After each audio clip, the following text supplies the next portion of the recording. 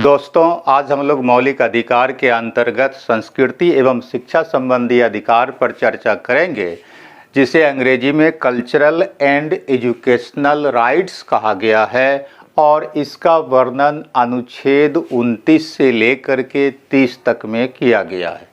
दरअसल यह एक ऐसा अधिकार है जो कि स्पेशली अल्पसंख्यक वर्गों से संबंधित है। सामान्यतः जो क्वेश्चन पूछता है वो यही पूछता है इस अधिकार के अंतर्गत कि वह कौन सा मौलिक अधिकार है जो कि विशेषकर अल्पसंख्यक वर्गों से संबंधित है। तो हमारा उत्तर होगा आपको अनुच्छेद 29 से लेकर के 30, मतलब संस्कृति एवं शिक्षा संबंधी अधिकार। दरअसल ऐसा इसलिए संविधान में प्रावधान किया गया हमारे संविधान निर्माताओं के द्वारा कि इसलिए कि हमारे देश में नया नया लोकतंत्र को स्थापित करने का प्रयास हो रहा था और उस समय साक्षरता का दर बेहद कम था और नवजात लोकतंत्र साथ ही साथ जो है हम भारतीयों में राजनीतिक चेतना का भी अभाव था, वैज्ञानिक और तर्कसंगत ज्ञान का भी अभाव था। तो यह माना गया हमारे संविधान निर्माताओं के द्वारा कि चूंकि लोकतांत्रिक व्यवस्था में बहुमत के आधार पर सरकार बनती है, इसलिए संभव है कि अल्पसंख्यक वर्गों के हितों पर ध्यान न दिया जाए। इसका नतीजा ये हुआ कि अल्पसंख्यक वर्गों का भी हित सुरक्षित रहे और वह इस देश में अन्य लोगों की तरह ही जीवन जी सके।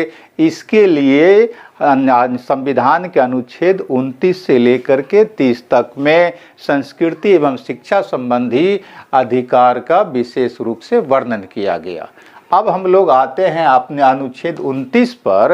अनुच्छेद 29 क्या कहता है?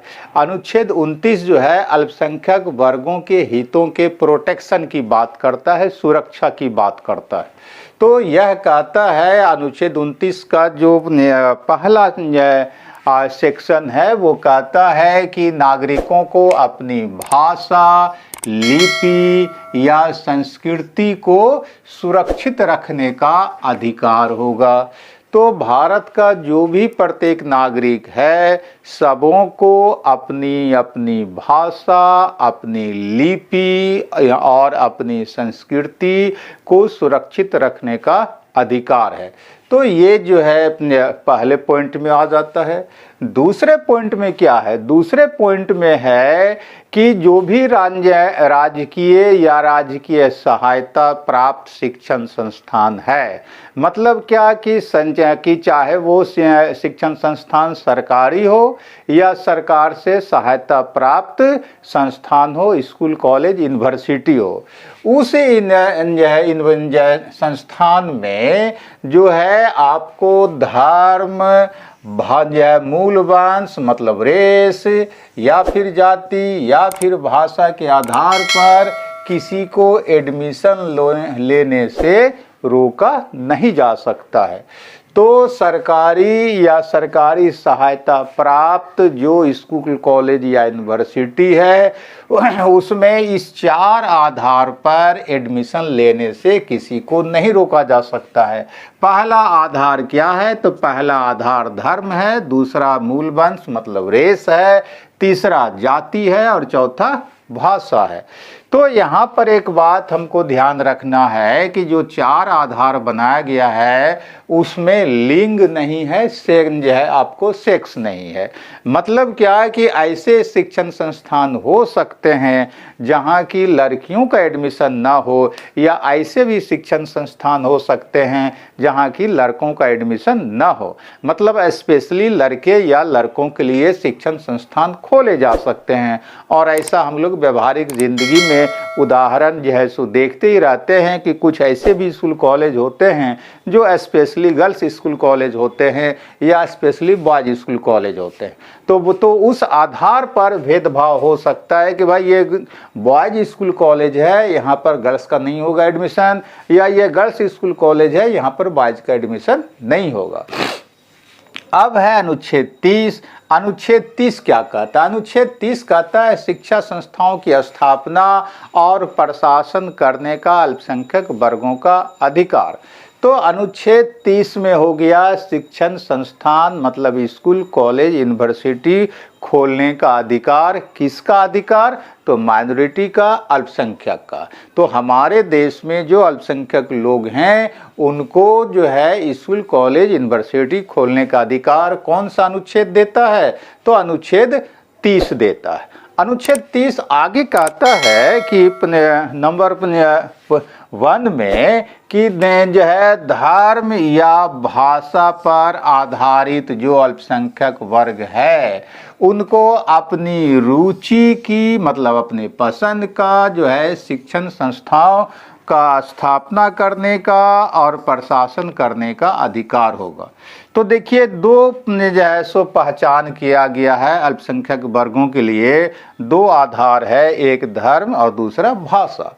तो धर्म या भाषा पर आधारित जो अल्पसंख्यक वर्ग हैं मतलब वैसा धार्मिक समुदाय हमारे देश में जिसकी संख्या कम है या वैसा भाषा भाषी समुदाय जिसकी संख्या कम है तो वैसे लोग अल्पसंख्यक माने जाएंगे। और यहाँ पर उन लोगों को जो है अपनी पसंद का शिक्षण संस्थान मतलब स्कूल कॉलेज यूनिवर्सिटी खोलने का अधिकार होगा और उसका प्रशासन प्रबंधन एडमिनिस्ट्रेशन करने का भी अधिकार होगा। तो हम लोग देखते हैं व्यवहारिक ज़िंदगी में कि बहुत सारे ऐसे स्कूल कॉलेज होते हैं जो माइनॉरिटीज स्कूल कॉलेज कहलाते हैं। तो ये माइनॉरिटीज को अधिकार दिया गया है कि भाई वो अपनी पसंद का स्कूल कॉलेज खोल करके प्रशासन भी चला सकता है, उसका प्रबंधन भी कर सकता है। दूसरा इस अनुच्छेद 30 का बिंदु है कि वह कि अनुदान देने के मुद्दे पर सरकार किसी अल्पसंख्यक वर्ग के शिक्षण संस्थान के साथ कोई भेदभाव नहीं कर सकती है। हम लोग जानते हैं कि सरकार जो है स्कूल कॉलेज यूनिवर्सिटी को ग्रांट्स देती है, अनुदान देती है। तो अनुदान जो देती है अनुदान का अंग्रेजी होता है ग्रांट्स। मतलब क्या कि जैसो आर्थिक सहायता फंड देती है सरकार। तो जब सरकार शिक्षण संस्थानों को आर्थिक सहायता देने जाएगी तो वह जो है अल्पसंख्यक जो शिक्षण संस्थान है उनको भी वो अनुदान देगी।